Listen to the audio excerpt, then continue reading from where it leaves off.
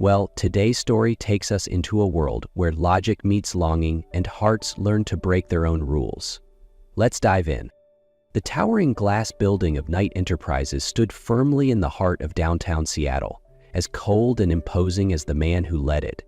The overcast October sky cast its reflection on the crystal-clear windows, and on the 41st floor, Jasmine Holt stood still, listening to the quiet sound of rain outside, her heart in turmoil. She didn't belong here. At 26, Jasmine was already a successful lawyer, fluent in language, clauses, and laws.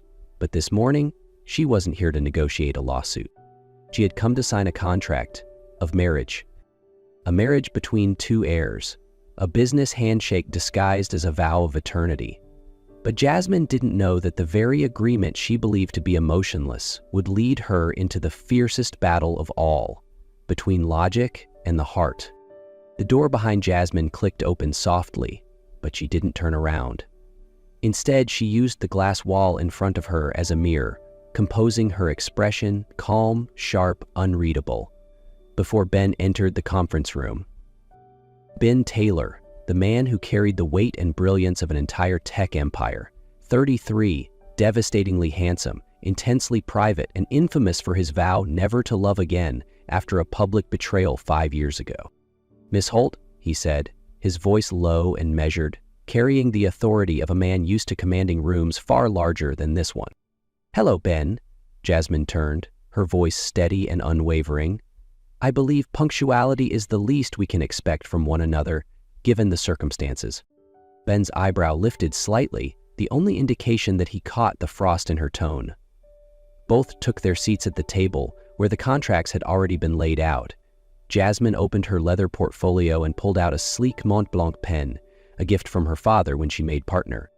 2 years of marriage, separate residences if we prefer, 4 public appearances a month to maintain the illusion of a real marriage, and an amicable divorce once our companies are successfully integrated.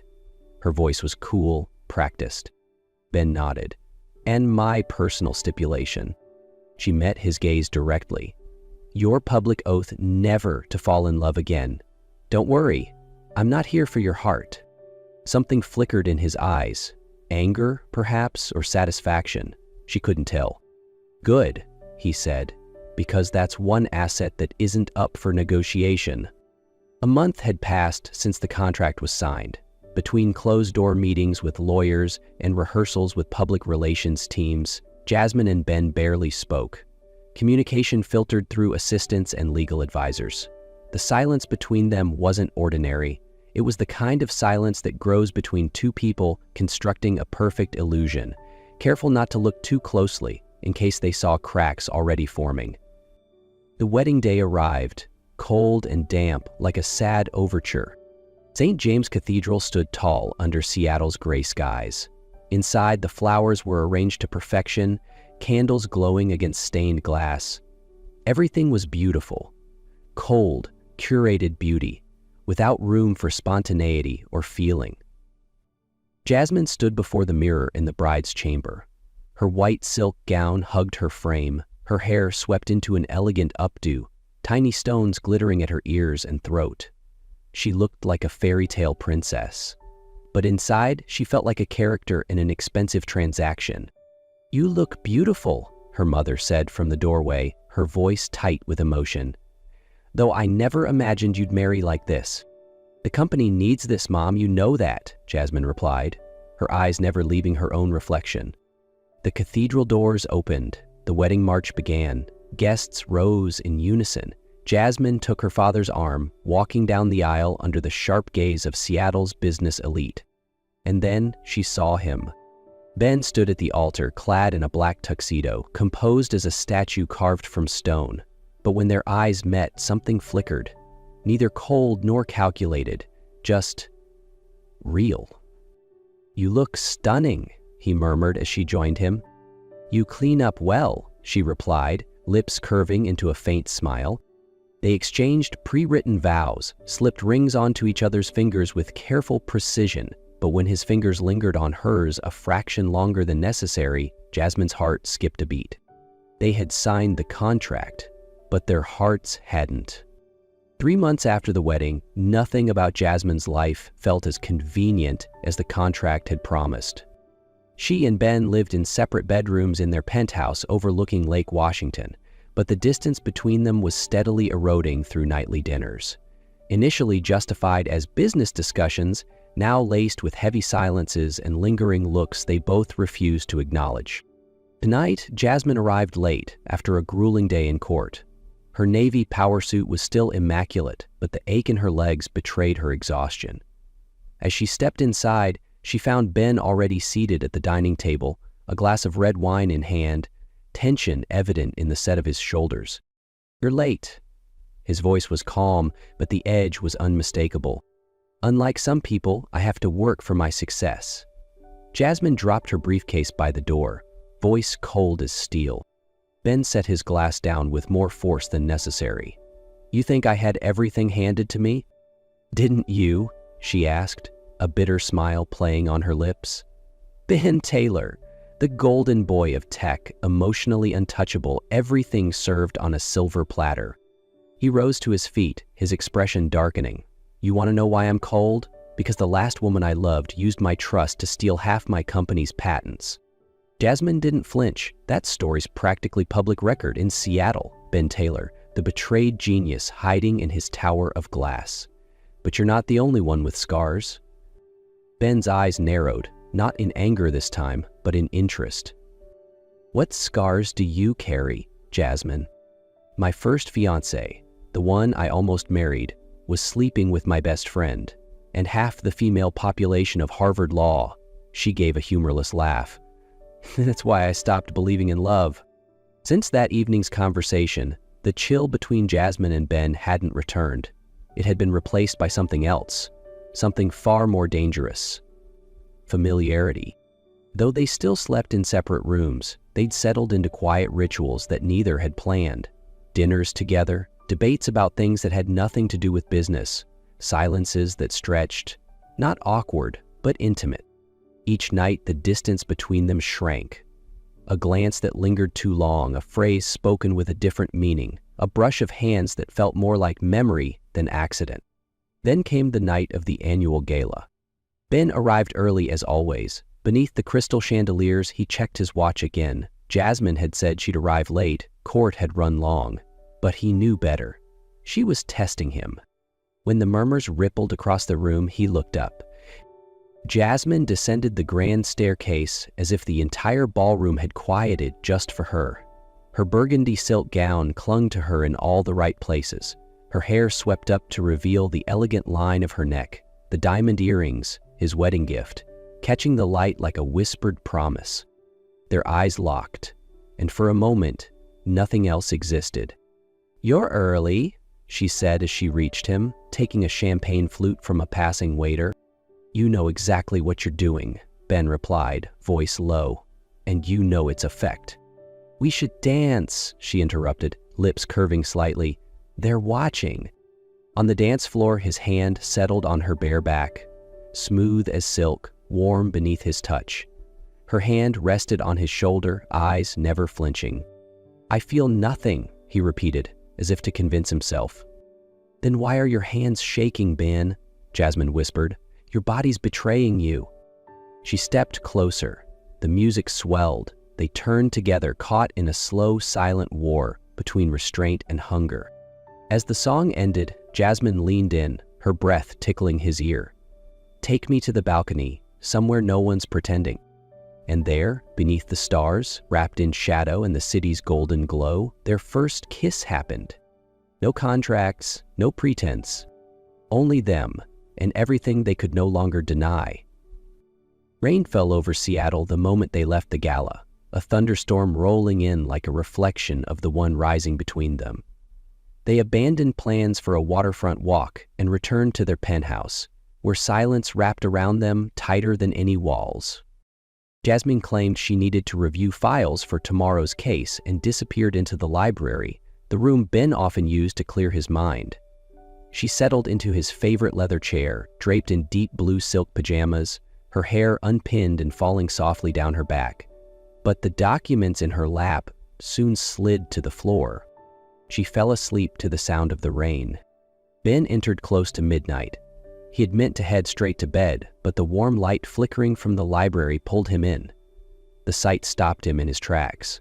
Jasmine, asleep in his chair, looking soft and vulnerable in a way he'd never seen her before.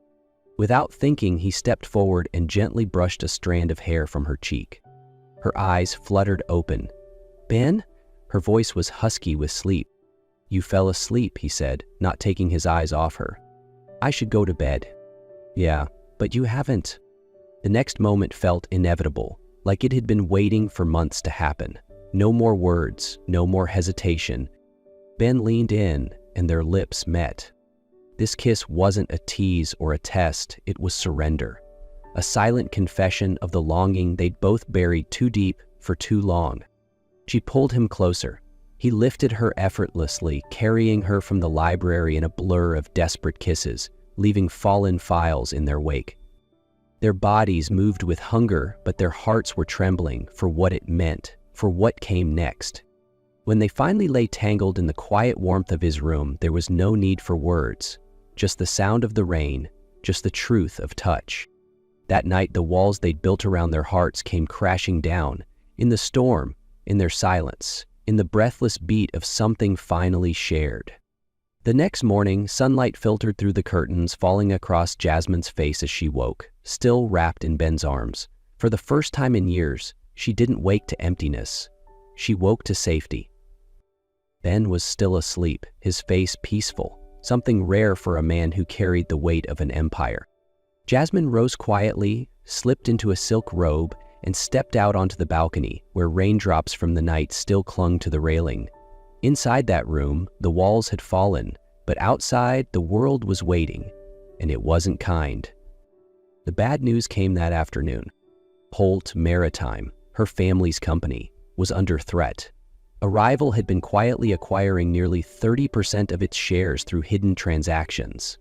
Jasmine's face remained composed, but her eyes betrayed her fear. Ben found her alone in their home office, surrounded by financial reports, her hands trembling slightly. "What's going on?" he asked, stepping closer. "Someone's trying to take my family's company," she whispered, her voice strained but steady. "Let me handle it," he said, sitting beside her, his voice no longer cold but quietly resolute. "You don't have to do that. It's my battle." Ben looked at her for a long moment. "No, Jasmine, after last night, everything is ours now." A few hours later, he returned, after countless calls, leveraging every connection and favor. He had a proposal, an investment package big enough to buy back control of Holt Maritime. "What did you give them in return?" Jasmine asked. "My personal equity in Knight Tech? If the deal backfires. You could lose everything." Ben met her gaze. "No, Jasmine, I used to think everything was Knight Tech, but now everything is you." The Knight Tech board meeting began promptly, with Ben and Jasmine seated at the head of the table, not just business allies, but two souls slowly growing toward each other. Until the doors swung open. Lauren walked in, the woman who had shattered Ben 5 years ago, dressed in a flawless power suit, eyes like razors, and a smile that didn't touch her heart. "Darling Ben," she purred, venom cloaked in silk. "Surprised to see me?" The room froze. Beneath the table, Jasmine gave Ben's hand a small squeeze. He nodded once at her, then turned to face Lauren, eyes sharp and unflinching. "What are you doing here?" His voice was flat, emotionless. Representing Sterling Tech, she placed a stack of documents on the table. "We're here to offer a controlling buyout of Knight Tech. I'm sure the board will be interested, especially when they learn you've let emotion cloud your financial judgment lately." Jasmine stood, voice steady. "If you're planning to weaponize his past, you're underestimating this board and this man." Lauren's laugh was sharp, her gaze landing on Jasmine. "Did he ever tell you that the one person he loved most was me?" Ben's hand clenched. Then he rose, slow and deliberate. "You're right about one thing, Lauren. I did love you." His voice didn't shake. "And you taught me the most valuable lesson of all, that real love doesn't make you doubt. The love I have for Jasmine is real, and for the first time, I'm not afraid to say it." The boardroom gradually emptied after the confrontation with Lauren. The directors left in silence, leaving Ben and Jasmine alone amidst a storm of unspoken words. Ben stood still, staring at the doorway where Lauren had just vanished. "Ben," Jasmine said gently. He turned to her. She didn't speak. She just looked at him, as if trying to read everything he wasn't yet ready to say. "I never thought she'd come back," he murmured, "and I definitely didn't expect to face her without shaking." "Because you've changed," Jasmine replied. "You're no longer the man chained to the past." He looked at her. For the first time, there were no defenses, no masks. "You make me want to step out of that armor," he breathed. "You make me believe in something I swore off. Love." Jasmine moved closer, placing her hand over his chest, where his heart beat fast beneath his shirt. "And you make me believe that sometimes the right man comes after all the wrong ones." No more words were needed, only a kiss, soft, certain, not from desire but from peace. Because for the first time they were choosing each other, not because of contracts or circumstance, but because their hearts finally beat as one. As they left the boardroom, Ben whispered in her ear, "For the first time in my life, I don't want to run, I just want to stay. With you." 1 week later, Seattle welcomed a rare sunny day, the sky washed clean after a season of storms. Jasmine stepped into Ben's private office at Night Tech, where he stood by the window, gazing out at the skyline. Light spilled across his face, softer now, more at peace. On the desk sat a small black box. "What's this?" she asked, raising a brow. "Not a ring," Ben smiled, "so don't panic." She opened it. Inside was a slender silver key, delicate, engraved with a tiny word etched by laser, "Home." "This is the first house I ever bought," Ben said, "back when I was just starting out. No one's ever known it existed, but now it's ours, not the penthouse, not the office, a place that's just for us." Jasmine looked at him, her eyes softening. "I've never felt like I belonged anywhere. Until you." "Me neither," Ben replied, taking her hand gently. "And I want to start again. Not with contracts, not because we have to, but because I want to. Because I love you." She wrapped her arms around him. Simple, honest, no need for grand declarations. "Then let's start," she whispered, "from the place we call home." Outside, the first spring sunlight poured over the city, and inside that office, 2 hearts that had once frozen themselves shut had finally thawed, not from weakness, but from courage. And this time, their love didn't need a signature to be real, just a promise, a key, and a hand that wouldn't let go. And this time, love wouldn't be a clause in a contract. It would be the future they wrote together, with no lawyers, no signatures, only soul-deep trust. What started as a contract turned into something no one expected. Thanks for watching, lovely soul. If this story made you feel something real, share it with someone who still believes in second chances. And tell me below, what moment from Jasmine and Ben's journey stayed with you the most?